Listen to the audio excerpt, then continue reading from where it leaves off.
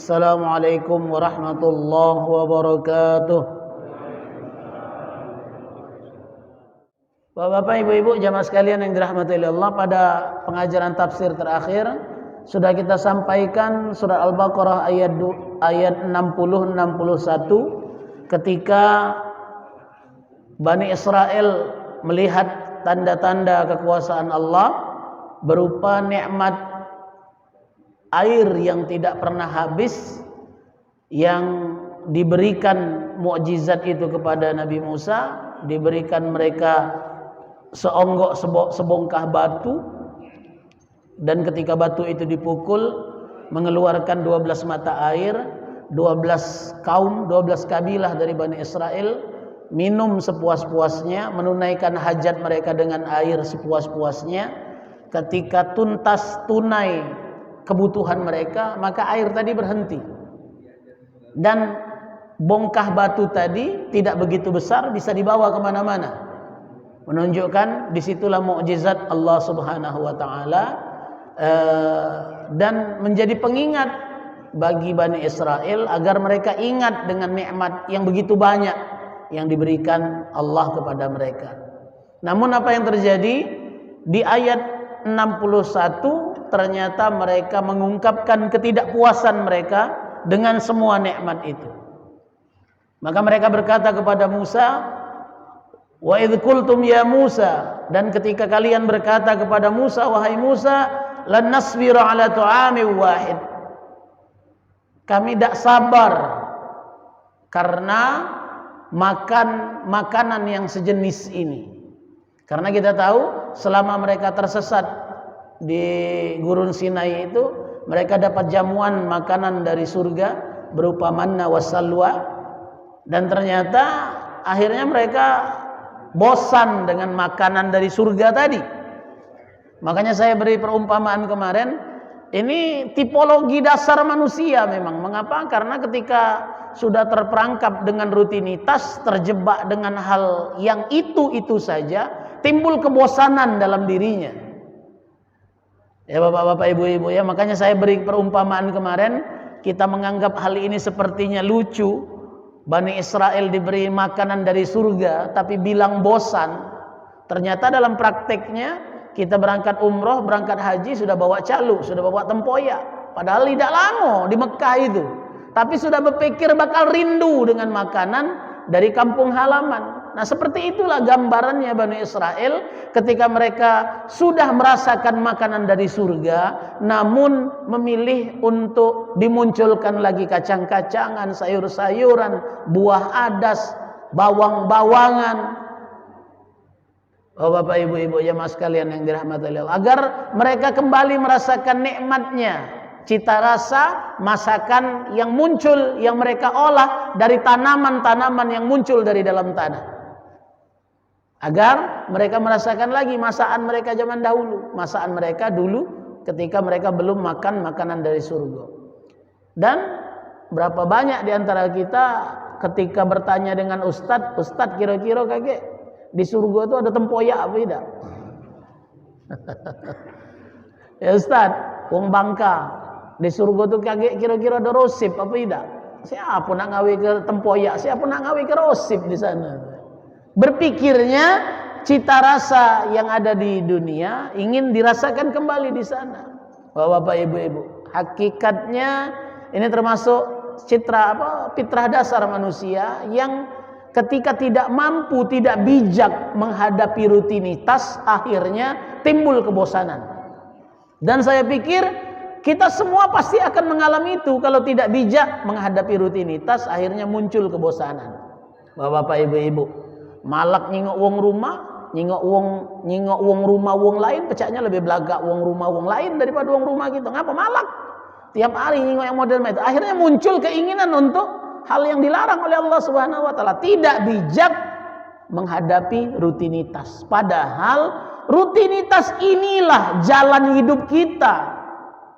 Kita harus berpijak kepada rutinitas dan mampu istiqomah dengan rutinitas itu. Ketika kita mampu menjalankan rutinitas dengan istiqomah, dengan pencapaian terbaik, dengan hasil yang optimal, yang ideal dalam satu perbuatan, satu amal perbuatan, maka hakikatnya itulah pencapaian terbaik yang bisa dicapai oleh manusia.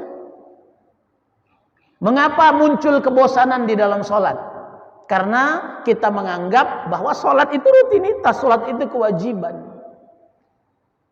Makanya ada pengajaran yang kami dapatkan dari guru-guru kami dulu, bahwa bagaimana menjadikan sholat itu sebagai kebutuhan, bukan lagi kewajiban.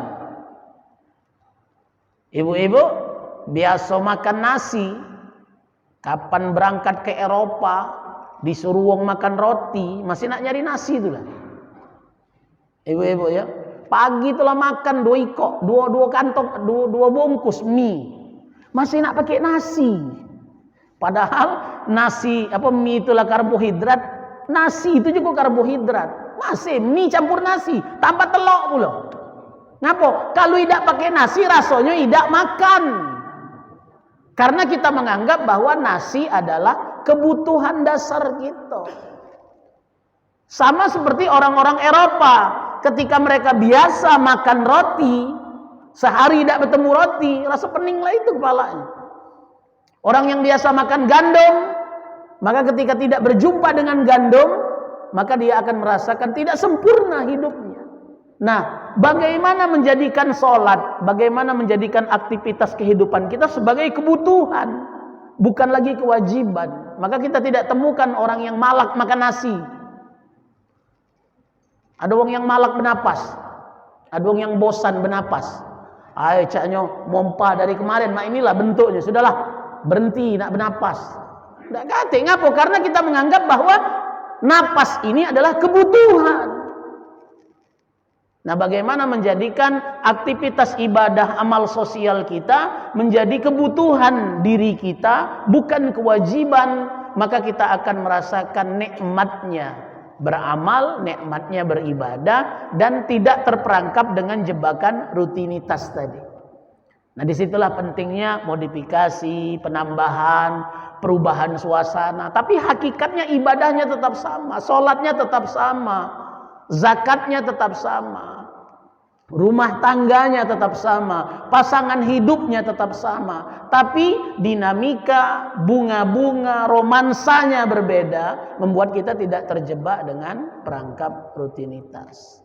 Maka saya katakan tadi, justru ketika kita mampu bijaksana menghadapi rutinitas dan kita istiqomah dengan rutinitas itu, itulah hal yang terbaik yang bisa dicapai seorang muslim. Makanya dikatakan istiqomah itu lebih hebat daripada 70 karomah. Mengapa? Karena karomah seorang wali tidak mungkin dicapai kecuali dengan istiqomah. Seorang wali itu bisa dapat karomah kalau dia sudah istiqomah. Nah, kedudukan istiqomah lebih mulia daripada 70 karomah yang diberikan Allah kepada wali-wali Allah. Maka bapak-bapak, ibu-ibu, jamaah sekalian, saya katakan tadi fitrah dasar kita mudah bosan. Kita terperangkap dengan rasa jenuh, rasa bosan karena aktivitasnya seperti itu saja, tidak ada perubahan. Jangan sampai kita terperangkap seperti itu. Bapak-bapak, ibu-ibu, jamaah sekalian yang dirahmati Allah. Maka Allah katakan, atastabdiluna alladhi huwa adna billadhi huwa khair. Apakah kalian ingin mengganti nikmat yang sudah baik tadi, kalian ingin ganti dengan permintaan yang lebih rendah, lebih buruk daripada ketentuan Allah yang sudah diberikan, dan ternyata itu jauh lebih baik bagi kalian. Sering saya sampaikan, sering saya jelaskan bahwa makanan dari surga itu tidak ada ampasnya, tidak ada buangannya, tidak ada residunya. Makanan dari surga itu menjadi nikmat, menjadi darah, menjadi daging, bahkan tidak ada wujud dalam bentuk sampah cairan, tidak keluar dalam bentuk keringat, tidak keluar dalam bentuk air seni dan kotoran manusia, tidak. Makanan yang dikonsumsi, makanan surga yang dikonsumsi oleh manusia tidak memiliki sampah, tidak memiliki buangan. Tapi ngapo rasa bosan orang Bani Israel ketika diuji dengan nikmat makanan dari surga tadi? Maka Allah katakan, kamu nak ganti dengan ketentuan yang jauh lebih rendah, nikmat yang lebih rendah daripada nikmat yang sudah jauh lebih baik yang ditetapkan oleh Allah Subhanahu wa taala. Apa jawab Bani Israel? Iya. Biar sekali masih nak nyicip lah makanan dari bawang, makanan dari gandum, makanan dari sayur mayur yang tumbuh dari tanah kami dan ingin kami olah sendiri biar kami pacak masak. Maka Allah katakan ihbitu Misra, maka datangilah kota-kota. Jadi kata Ibnu Katsir, makna Misra di sini ulama berbeda pendapat. Ada yang memandangnya Misra Firaun karena dia nama kota, dia ada yang membacanya bukan dengan alif di situ, bukan dengan fathatain. Kalau dia menggunakan fathatain, maka dia isim mu'rab. Jadi dia bersumber dari kata-kata lain. Maka dia bukan nama kota. Makna Misra di situ adalah jamak Misra itu bentuk mufrad dari al-amsar, kota-kota. Jadi silakan kau datang ke kampung, ke kota, ke desa di mana manusia berkumpul, kamu mintalah makanan yang kamu idam-idamkan itu, kira-kira. Kata Ibnu Katsir. Tapi ada juga yang memaknainya bahwa ini adalah perkataan Allah untuk Bani Israel. Kalau kamu memang tidak galak, ku fasilitasi, tidak galak, ku senang ke dengan model ini, baliklah kamu ke Mesir kemarin. Waktu kamu dikejar-kejar Firaun, waktu kamu ditindas oleh Firaun. Pulanglah ke sana. Kalau memang tidak galak dijamu oleh Allah Subhanahu wa taala, Allah dengan marah mengatakan, "Baliklah kamu ke Mesir sana. Biar kamu merasakan kembali kesusahan hidup, keterjajahan, diperbudak, bahkan dibinasakan oleh orang-orang Mesir dari tentara-tentara Firaun." Maka secara kalimat, kalau di dalam terjemahan Departemen Agama dikatakan, maka kembalilah atau datangilah kota-kota yang ada di sekitarmu dan engkau cari makanan yang kamu harapkan, yang kamu rindukan tadi, engkau tunaikan, engkau puaskan keinginan kamu tadi. Kalau Allah tidak akan mengubah ketentuannya berupa nikmat makanan manna wa salwa. Kalau nak memuaskan rasa pengen, cita rasa kamu ingin makan bawang, makan sayur, makan timun dan lain sebagainya, itu datang ke dusun, datang ke kampung, ambil makanan itu. Tapi makanan manna wa salwa tetap Allah kirimkan setiap kali datang waktu makan, maka para malaikat datang membawa manna wa salwa.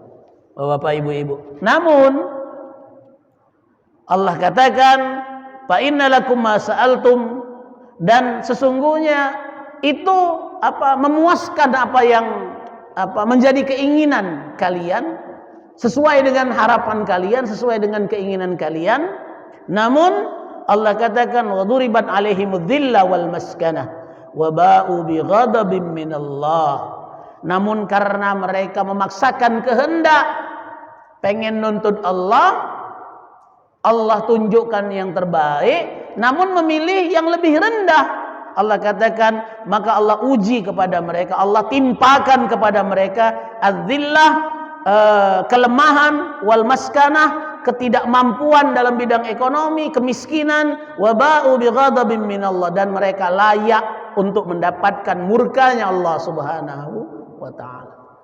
Dzalika bi annahum, karena mengapa Allah timpakan kesusahan, timpakan ujian yang berat, timpakan kelemahan dan timpakan kemiskinan, dan Allah turunkan murkanya kepada Bani Israel karena kanu yakfuruna bi ayatillah, karena mereka kufur kepada ayat-ayat Allah, wa yaqtuluna an-nabiyyina bighairil haq. Banyak kita tahu sejarahnya, Bani Israel itu membunuh nabi-nabi yang diutus oleh Allah ke Bani Israel, dan mereka berasal dari Bani Israel, dibunuh oleh orang Israel sendiri. Dzalika bima asaw wa kanu ya'tadun. Ini menunjukkan sebab mengapa Allah turunkan murkanya, Allah azab, Allah timpakan kehinaan kepada Bani Israel karena perbuatan maksiat dan kekufuran yang mereka lakukan kepada Allah Subhanahu wa taala. Bapak-bapak, ibu-ibu, jamaah sekalian yang dirahmati oleh Allah, berkenaan dengan yaqtuluna an-nabiyyin bi ghairil haq, Saya baca di dalam tafsir Ibnu Katsir dikatakan ada riwayat yang mengatakan bahwa Bani Israel itu pernah membunuh 300 nabi dalam satu hari. 300 nabi dibunuhnya dalam satu hari. Pagi berperang melawan nabi-nabi tadi, dibunuhinya galo-galo. Siangnya pesta. Sampai malam pesta.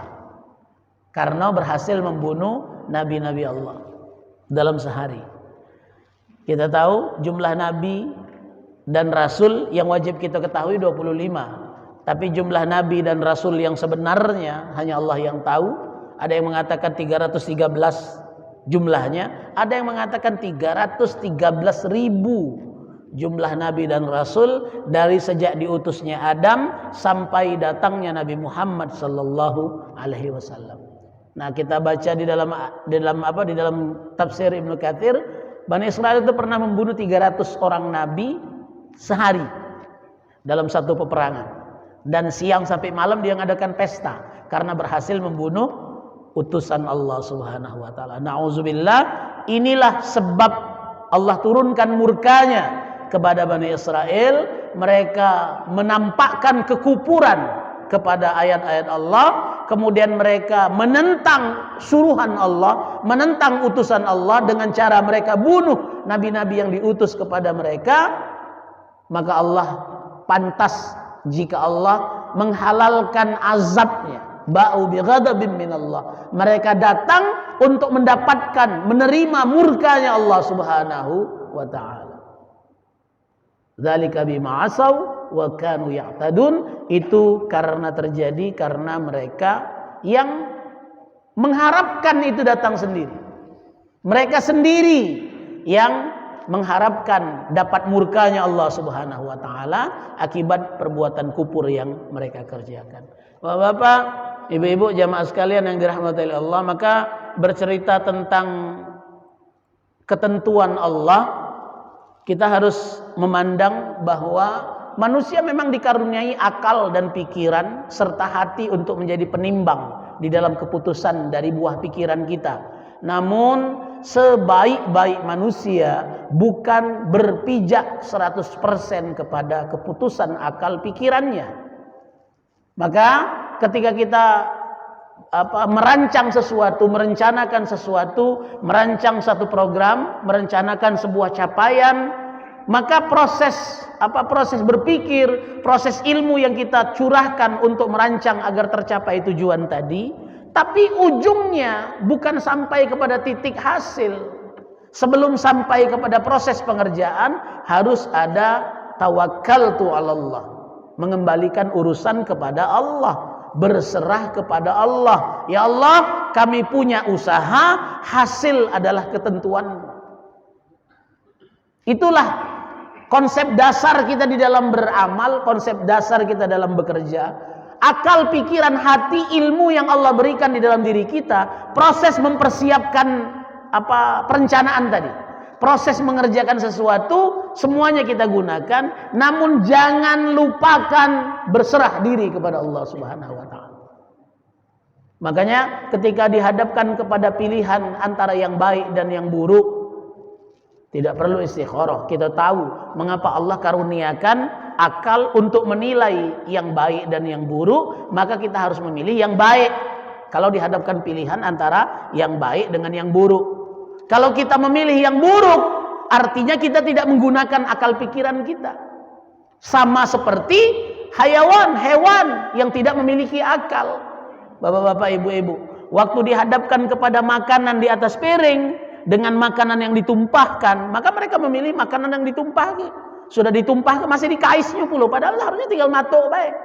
Dinta ke ayam itu, Bu, kita untal ke beras, untal ke jagung, masih dikaisinya. Walaupun itu filosofinya mengajarkan bahwa binatang itu tetap berusaha, padahal makanan sudah ada di ujung matonya, sudah ada di tangannya, tapi masih tetap dikais. Oh Bapak, ibu-ibu, karena mereka tidak punya akal, mereka tidak punya pikiran untuk mencerna mana yang baik, mana yang buruk, mana yang bagus, mana yang tidak bagus, mana yang bersih, mana yang kotor. Tidak ada dalam konsep mereka. Makan baik. Sama seperti orang yang diuji oleh Allah punya penyakit gangguan jiwa. Kita parak ke makanan di piring dengan makanan yang ada di kotak sampah, mungkin dia lebih bekais makanan di kotak sampah itu. Tapi alhamdulillah Covid kemarin ndak kate wong gila yang mati lentak Covid. Bapak Ibu ya. Kita yang sehat, jago jarak, pakai vaksin, mati dimakan Covid, sementara wong gila ndak kate yang pakai vaksin, ndak kate yang pakai masker, tidak pakai jago jarak, makan sebasingnya, ndak kate yang mati lentak Covid. Mungkin karena ndak kate sensusnya, Pak. Kapan ada wong gila mati, bukan disebut mati karena gilo, mati lentak Covid nyebutnya kan, cuman tidak dicatat gilonya tadi. Bapak, ibu-ibu, jamaah sekalian yang dirahmati oleh Allah. Maka ketika kita dihadapkan kepada pilihan baik dan buruk, tentulah pikiran kita memutuskan dengan hati nurani harus memilih yang baik. Tidak perlu bertanya kepada Allah. Ngapa? Karena pikiran memutuskan yang baiklah jadi pilihan kita. Nah, ketika kita dihadapkan kepada pilihan sama-sama baik, maka kita butuh sandaran kepada Allah melalui doa, melalui harapan dibimbing oleh Allah, melalui sholat istikharah. Ibu, Bapak, tanggal 14 sudah ada keputusan? Jangan ada galau, tidak usah lagi istikharah menang gitu ya. Bapak, Ibu, tiga-tiganya putra terbaik dari negeri kita, namun dari tiga yang terbaik kita pilih yang paling baik. Jangan tidak memilih. Mengapa? Karena satu suara kita berarti. Suara kita jika tidak digunakan akan digunakan oleh orang lain dan justru akan menjadi bahaya bagi masa depan bangsa kita. Ustadz percuma juga milih, kaget tak menang juga karena penguasa ingin menang. Ya tak apa-apa, yang penting kita menunjukkan pilihan. Aku berpihak kepada yang baik menurutku, yang terbaik menurutku. Bapak, ibu-ibu, jamaah sekalian yang dirahmati Allah, apalagi misalnya anggota dewannya kalau berasal dari kampung halaman kita, keluarga kita memang betul paham sepak terjangnya, kita tahu track recordnya, memang orang-orang yang amanah, orang-orang yang jujur, wajib hukumnya kita milih dia. Bapak Ibu ya, kalau ada wong yang tidak kita kenal atau kita kenal namun kita tahu keburukannya, cuman karena dia bawa duit 100.000, dia bawa duit 500.000, kita milih dia, haram hukumnya, dosa. Jelas saya pastikan itu haram. Ustadz mak mano kalau duitnya kami mbek tapi tidak milih dia. Nah, ini pikir siasanya Pak ya, karena modal wong tu tokenya bukan lagi 9 nago, mungkin 99 nago yang jadi deckingnya. Ambek duitnya sedekah ke, bangun ke apa gitu. Ikhtilaf, tapi yang pasti kita harus memilih, jangan tidak memilih. Suara kita berarti. Nah, ketika dihadapkan kepada kebingungan karena 2, 3 calon, 4 calon ini adalah orang-orang yang terbaik, maka bersandarlah kepada Allah. Ketika kita mengembalikan keputusan kepada Allah, apapun hasilnya kita tidak akan menyesal. Pak ya, inilah hikmahnya istikharah, Pak. Ya, hikmahnya istikharah. Contohlah misalnya gadis bingung karena ada 2 bujang datang melamar. Dua-duanya orang yang baik, ada gawe, punya masa depan segala macam. Nah, bingung dalam menentukan agamanya sempurna. Maka ketika kita memutuskan sendiri, aku milih si A, ternyata A ini ketahuan buruknya setelah kawin, nyesel, ngapalah milih A, ngapa tidak B baik?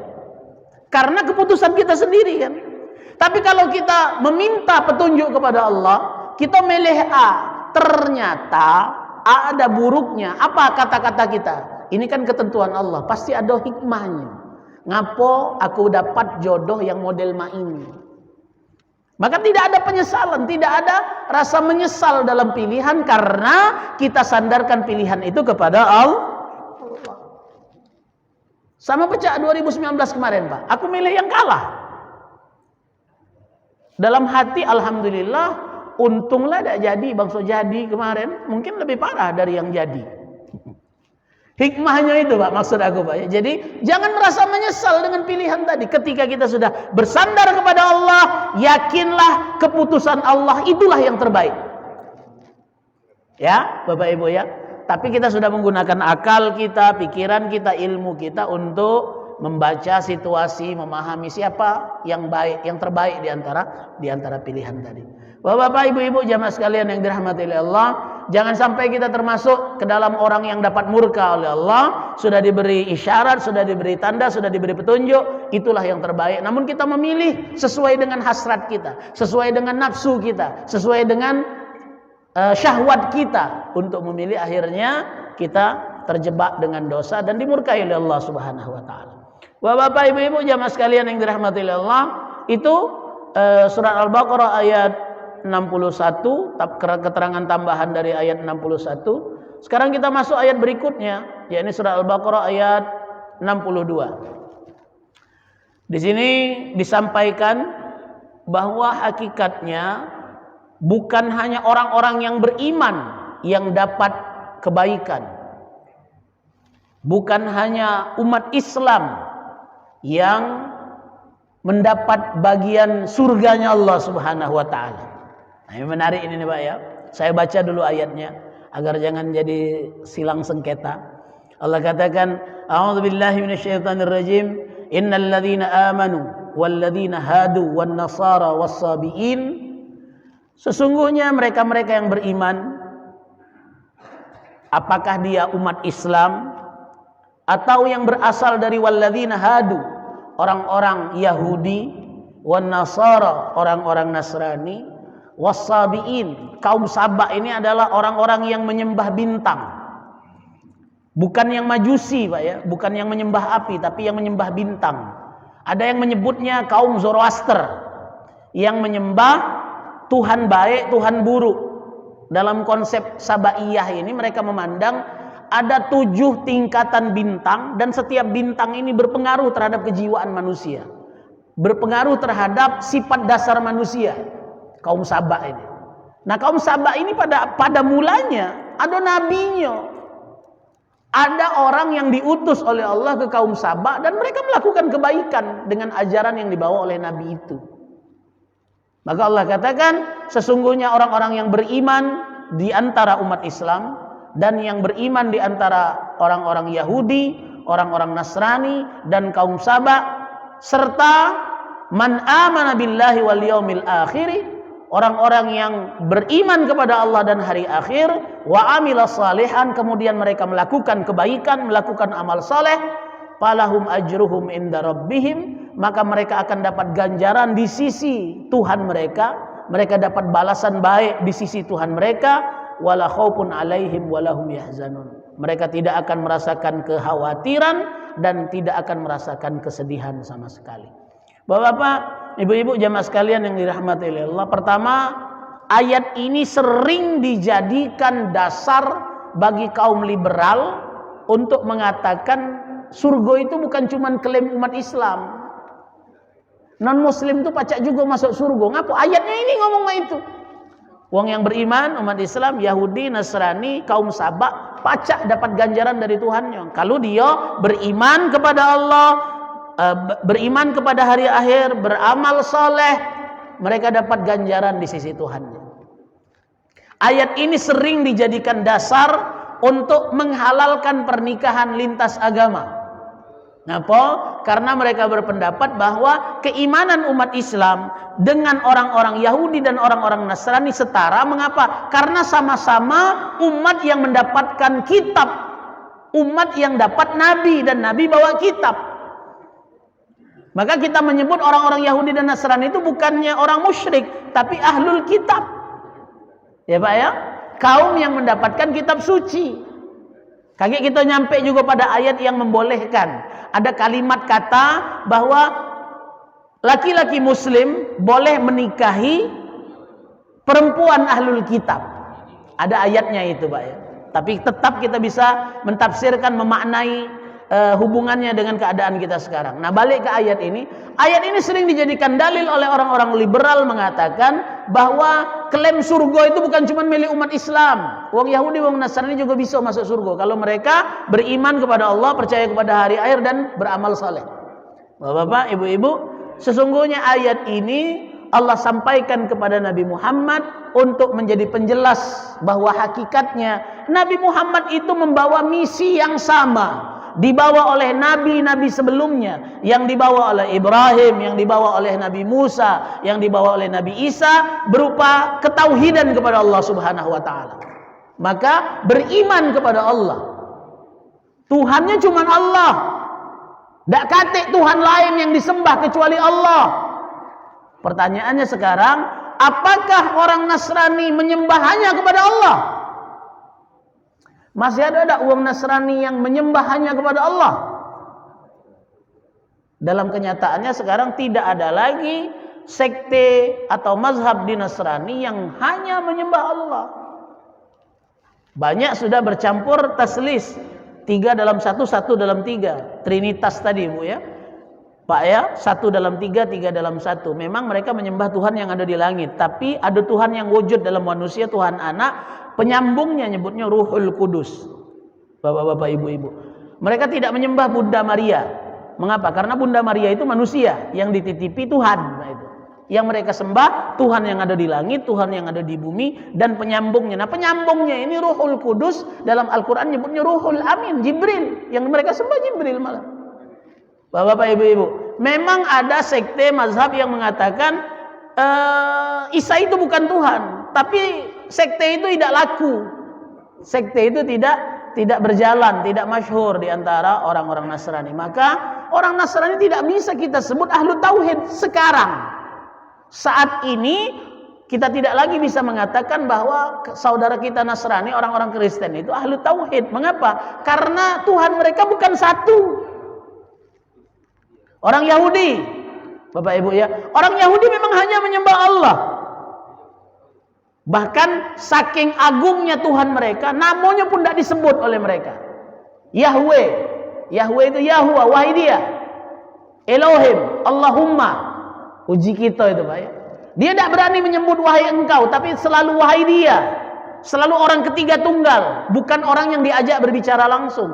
Tak pantas manusia ngomong langsung kau-kau dengan Tuhan, kata orang Yahudi. Maka Tuhan selalu menjadi objek ketiga. Saya berbicara dengan kamu tentang dia, selalu tentang dia. Yahweh itu artinya Yahuwah, wahai dia yang jauh. Saking sakralnya Tuhan dalam keyakinan mereka. Tapi mereka mengatakan diri mereka anak Tuhan. Uzair anak Tuhan, Nabi Daniel anak Tuhan, karena punya mukjizat. Nabi Daniel dimati ke, Uzair sempat mati 100 tahun, hidup lagi. Maka dia dikatakan anak Tuhan, walaupun tidak disembah, tapi mereka mengatakan Tuhan punya anak. Padahal kita punya keyakinan Allah itu lam yalid walam yulad. Allah itu tidak dilahirkan dan tidak melahirkan. Kalau kita yakin Allah dilahirkan, artinya Allah tidak pantas disembah. Yang melahirkannya yang pantas kita sembah. Di pojoknya ada lagi artinya. Maka tidak mungkin Tuhan itu punya umat. Tidak mungkin Tuhan itu punya bapak.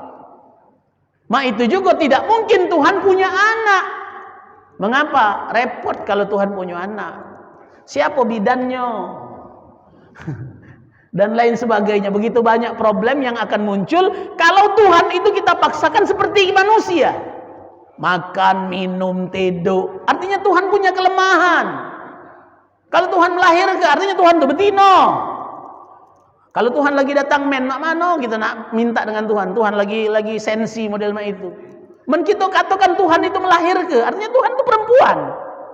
Nah, kapan lagi berminta? Jangan minta dengan Tuhan. Ngapo? Tuhan lagi men sekarang. Nauzubillah. Maka mustahil Tuhan itu melahirkan. Sebagaimana mustahil juga Tuhan dilahirkan. Nah, sementara orang Yahudi mengatakan mereka anak Tuhan. Mereka adalah menunjukkan kesombongan bahwa kedudukan. Memang mereka mengatakan bukannya secara zat seperti keyakinan orang Nasrani, Nabi Isa itu anak Tuhan langsung. Nah, itu ngapo? Karena anak Tuhan yang diciptakan dari perempuan saja, tidak ada bapaknya, tidak ada suaminya. Maka dia dikatakan anak Tuhan. Uji kita pacak bantah. Ngapo bukan Adam yang dikatakan anak Tuhan? Nabi Isa itu kan ada umat. Adam tidak kata umat, dia kata bapak. Tahu-tahu muncul. Harusnya lebih hebat Adam daripada Isa. Tapi ngapo dia hanya menyembah Isa? Karena Adam punya dosa. Adam punya dosa katanya. Karena makan buah yang dilarang. Gara-gara makan buah itulah kita dibuang dari surga. Bapak-bapak, ibu-ibu, perdebatan panjang teologi tentang perdebatan ini. Hakikatnya bahwa sesungguhnya memang saya katakan tadi, pada mulanya keyakinan Yahudi, keyakinan Nasrani itu tauhid sumbernya. Namun dalam perjalanan sejarah ternyata mengalami penyimpangan, mengalami penambahan, mengalami pengurangan. Akhirnya sekarang tauhid mereka tidak sempurna lagi, bahkan sudah bercampur dengan hal-hal yang menyekutukan Allah Subhanahu wa taala. Nah, ketika mereka tidak lagi sempurna kedudukannya, maka syaratnya tidak cukup.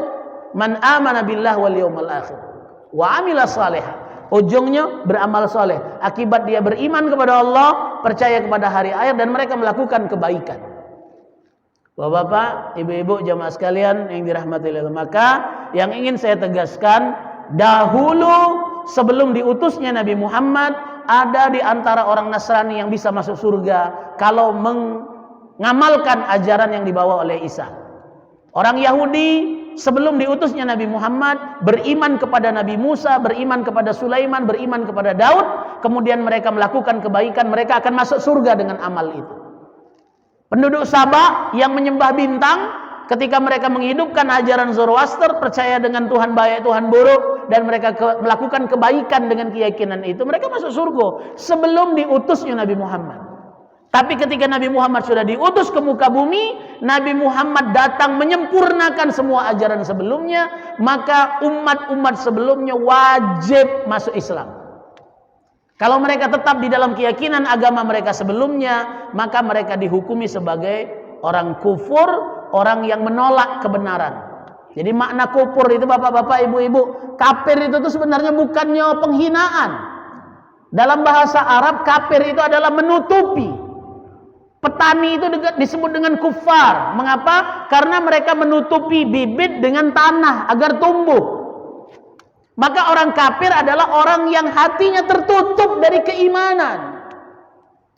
Makanya kita agak aneh kalau ada wong yang ngatakan tidak pantas nyebut kafir itu. Ngapa? Karena hate speech dan lain sebagainya. Tidak paham bahasa Arab memang itu ngomong modelnya itu. Dibandingkan saudara kita Nasrani yang mengatakan kita sebagai domba-domba yang sesat. Lebih parah mereka nyebut kita domba, bukan manusia.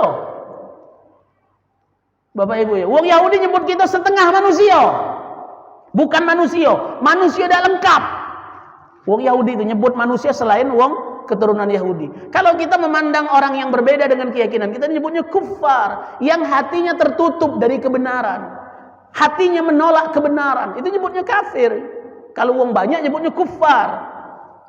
Bapak-bapak, ibu-ibu, maka sekarang kalau ada orang-orang non-muslim, apakah dia ajarannya agama samawi, Yahudi, Nasrani, atau Hindu, Buddha, ada yang mengatakan, mohon maaf Bapak Ibu, Buddha itu hakikatnya Siddhartha Gautama itu nabi. Ngapa? Karena dia hidup berapa ratus tahun kan sebelum diutusnya Nabi Muhammad. Abad keberapa Siddhartha Gautama itu lahir. Dan ajarannya, Bapak Ibu kalau yang pernah belajar tentang agama Buddha, Buddha tidak punya Tuhan. Mereka tidak mengajarkan ketuhanan. Diri kita bisa menjadi Tuhan dengan catatan kita lepas dari samsara, kita naik derajat menjadi dewa. Kan dalam keyakinan Hindu, kan Siddhartha Gautama ini hidup di lingkungan agama Hindu. Dalam keyakinan Hindu nyebutnya samsara. Selama mereka belum sempurna, maka mereka akan terjebak dengan lingkaran reinkarnasi. Kalau kita buruk hidup jadi manusia, kaget lahir jadi hewan.